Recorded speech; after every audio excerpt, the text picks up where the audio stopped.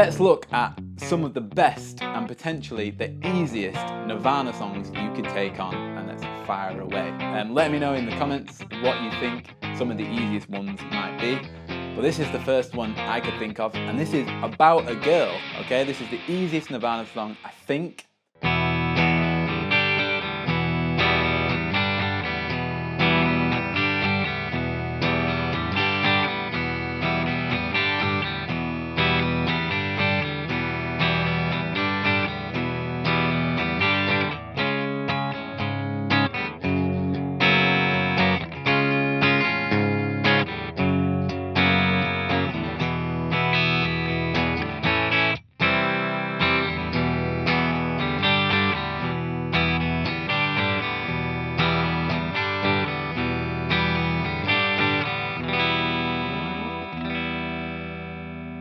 What a tune! Really simple chords, but in true Nirvana fashion, it's it feels still quite like grungy and rock and roll, and you know, like you can really get stuck into it. But thankfully, it is just an E minor chord. So that's nice and easy, isn't it?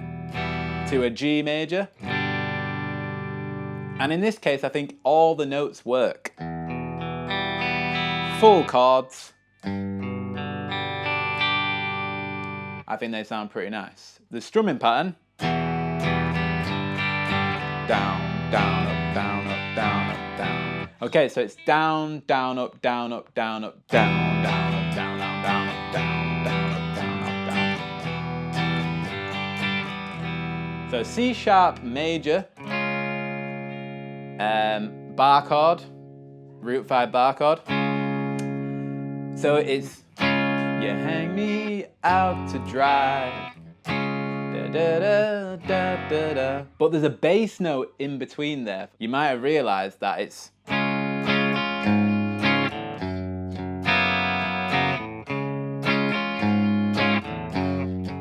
so that means that it's a 4th fret bar chord here on the root 5, which is a C sharp major. 4th fret of the E, which is a G sharp. So you literally can just lift your finger off and then kind of stick it on there. And you get that kind of lovely big sound, which is pretty cool. Initially, just as a little tip, you actually are muting the low E string if you have that kind of root 5 bar chord technique, because that way you don't have strings ringing out. That's why I choose then to move it to the bass note. This is the greatest chord in chord history, in my opinion, because I and many others nickname it the Alex Lifeson chord. He's the guitarist from Rush, and this is a F sharp 7 add 11. Okay.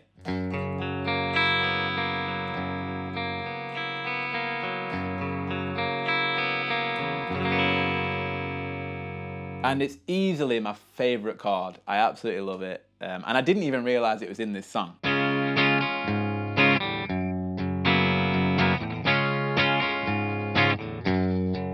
And then E5 actually. So we're not doing an E major or a minor, it's just you mute that G.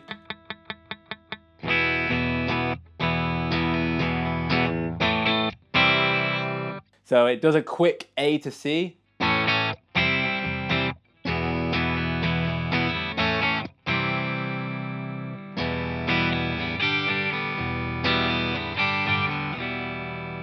So just to recap that.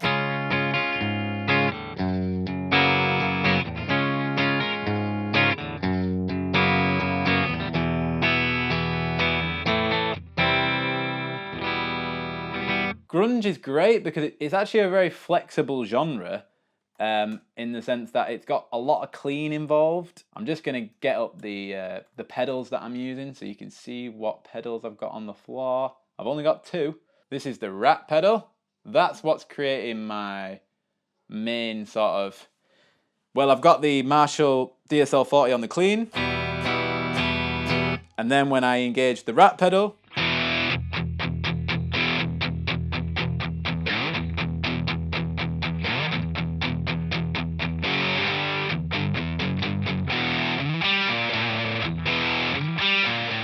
Just gives me Metallica vibes.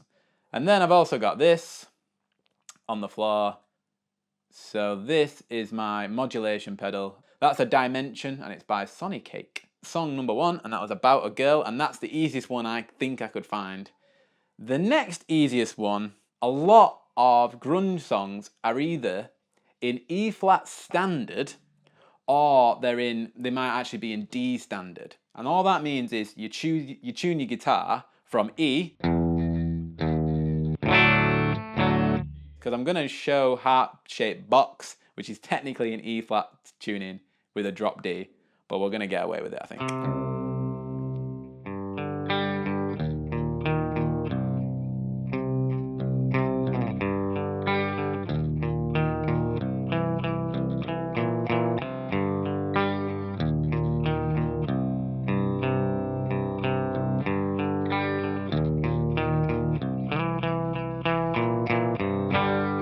Can you hear how low the guitar sounds?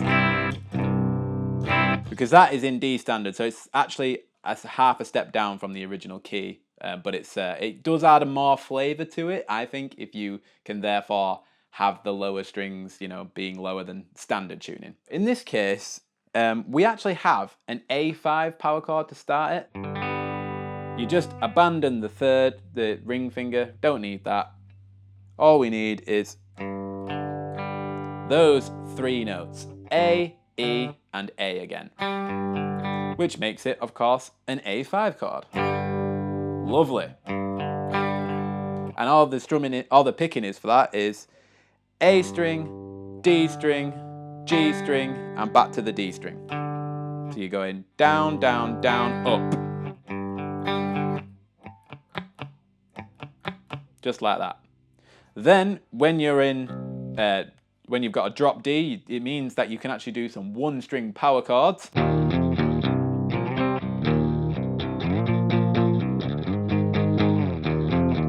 Which is very fun. So we just go, which is the 3rd fret. I'm just barring across these thickest 3 strings. Exact same strumming pattern, or picking pattern. Just on these strings instead, which is awesome. And then you just release the open strings, which in this case is down, down, down, and then go back to the A string and kind of repeat it.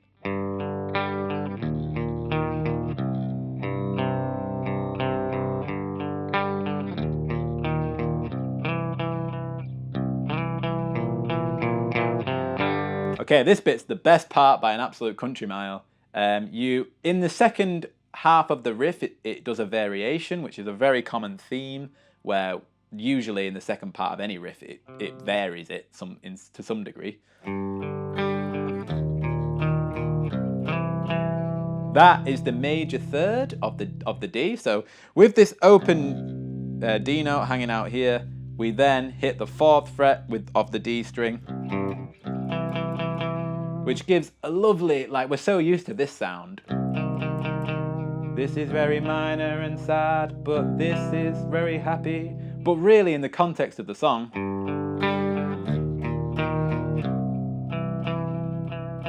it just changes. It's uplifting, yet we know it's not a happy song. It's very clever, genius riff writing and genius ear from Kurt Cobain, of course. So that's just basically, and then you hit the 3rd fret of the A string,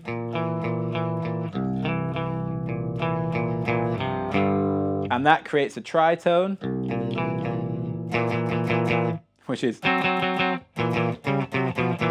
obviously, a bit evil sounding almost, isn't it?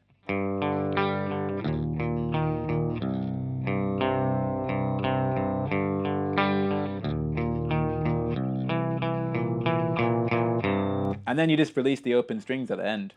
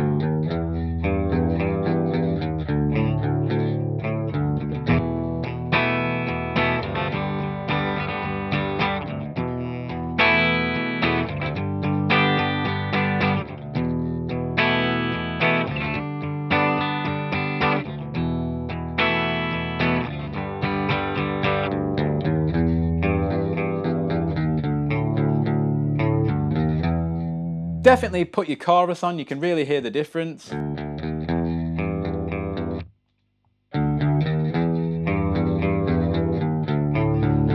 It's lovely with the chorus on. It's two E notes, and then you play the first fret, and then the second fret, in that rhythm. The really nice part about this is you keep this second fret note ringing out, and then play the A note underneath, back and forth, and then basically just go back the way you came.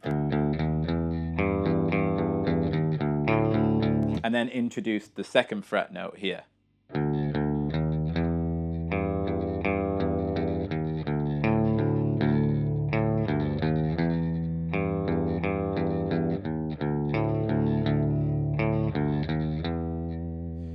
Then in the pre-chorus, whichever it might be, it's an F sharp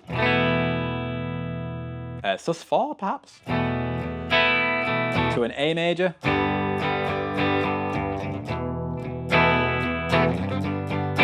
Just a quick tip on getting to this chord here. So I'm not very familiar with this chord. Can't say I've ever played that, especially in this way.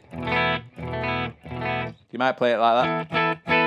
You know, when you're down in sort of root 5 position. But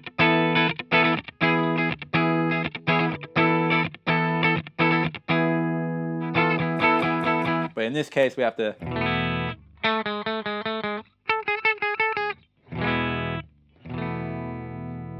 kind of have to do it like that, okay? But what I always do, and what I always advise that you do, if you take this song on, for example, if you're struggling with this chord like I do, I make sure I hit that root note first, just the first note on the first beat, best as I can, and then I fill in the rest of the chord as I come through the chord. So, for example,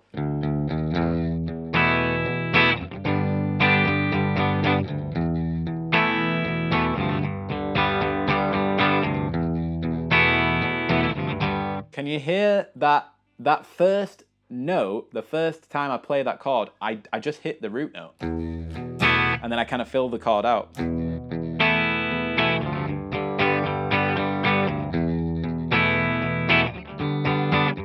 And it's got a very easy one string solo. So all on the G string, starting on the 6th fret, to the 9th fret, to the 11th fret. And it kind of sounds like this, doesn't it? Like.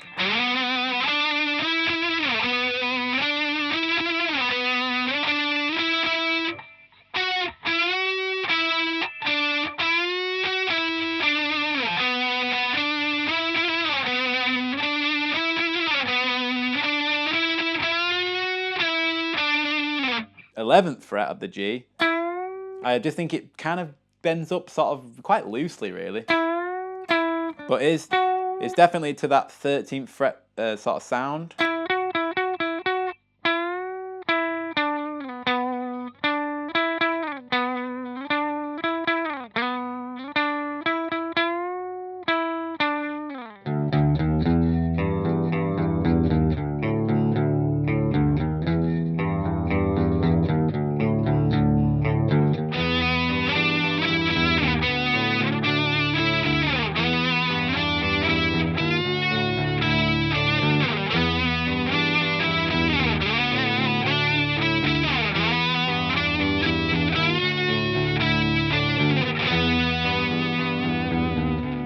'Cause that's a classic song, isn't it? Like, amazing. I mean, gotta be one of the best Nirvana songs. Great one to take on if you're looking for a riff for the first time. That's definitely one of my first ever riffs. It's up there with like Smoke on the Water. Let's look at Lithium.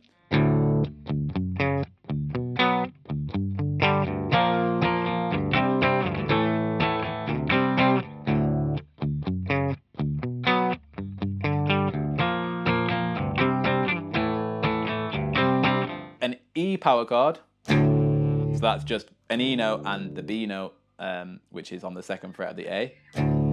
And then a quick little open note.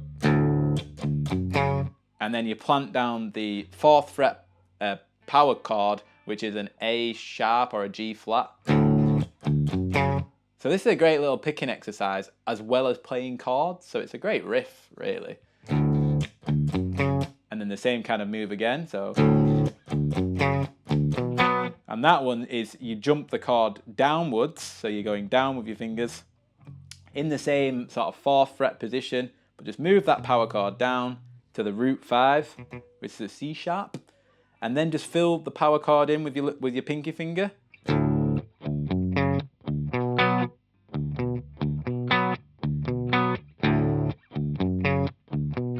Up picking when you need to up pick is so useful, and in this case, I'm all down picks, but as soon as I go down to this root 5 position, that last, I'm up picking because I know I'm going to go back to the lowest note, or like the sort of the next string up.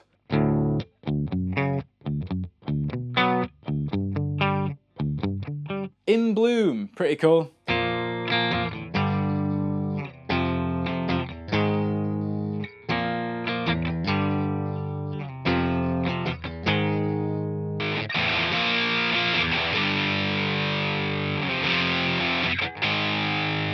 This one is basically a B flat to G, and then F to G sharp, B flat to G, F to A flat.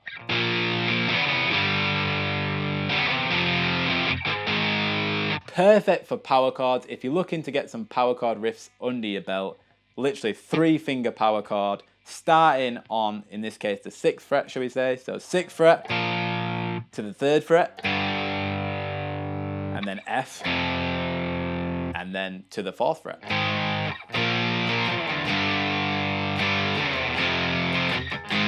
If I'm learning a riff on one string like that, I will often try figure out where the nearest chord is, so I don't always have to go up and down. So for example, rather than playing the B flat here, I'd actually prefer to play it at the 1st fret. See how they're the same note?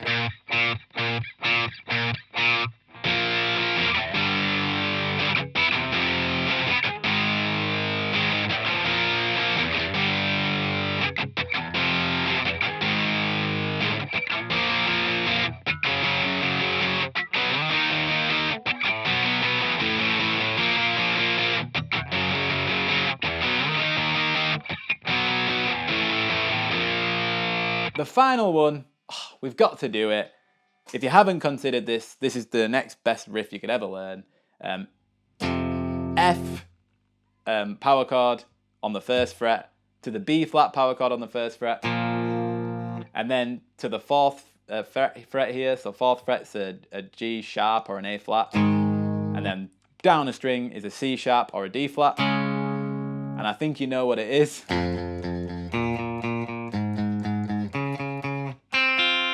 All that stuff.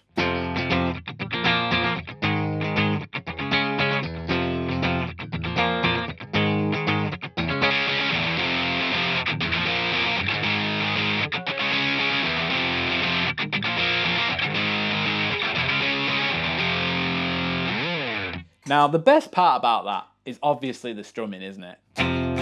So that's a down, up, down. I do a down, up, down. And then a really fast, like, down, up, down, up, down, up. So if you're working on that kind of thing, that 16th strumming, keep your wrist, I mean, your wrist just needs to be so loose. And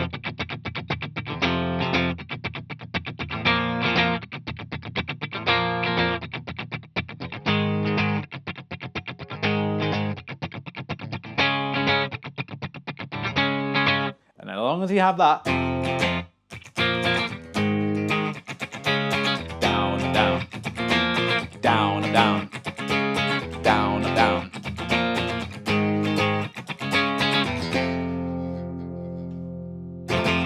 and it's one of the classic, it's an amazing song, isn't it?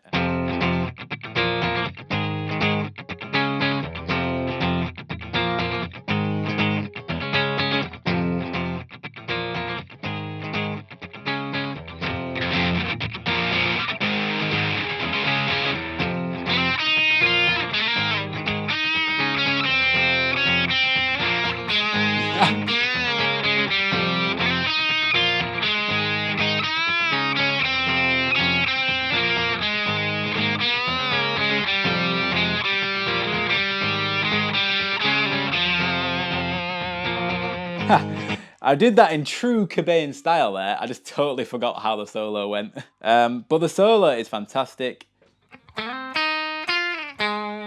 It confuses me because it's in F pentatonic, you know, like if you think of like the F pentatonic.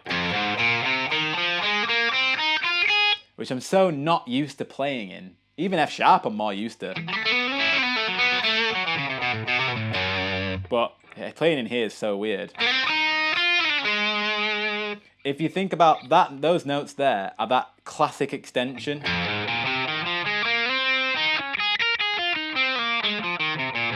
So it's... And then that's just F minor. You know, that kind of thing.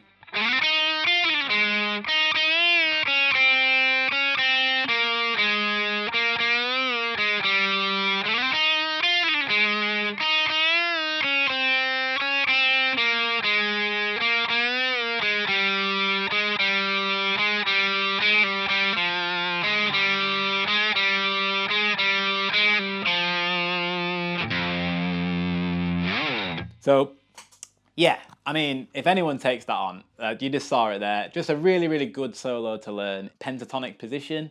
So it's actually really useful for that reason. So definitely one to take on, I think. So just to give this a little bit of a highlight, the versatility of just having one humbucker is all up to you as the player, which I find actually quite exciting.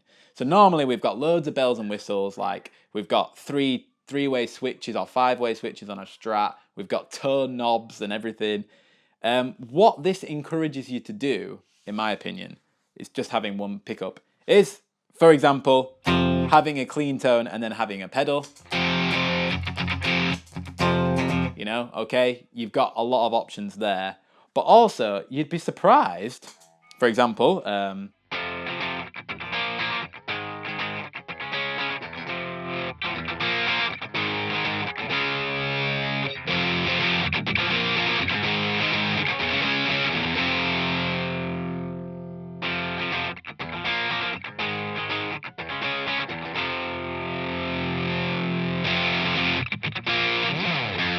I mean, having that kind of control over your guitar is quite important. And in my opinion, all I really do is use the volume knob anyway. I very rarely, as a player, I don't know about you guys, especially electric guitarists out there, unless I'm doing a Clapton impression, I really don't ever use the tone knob. I just don't find it very useful.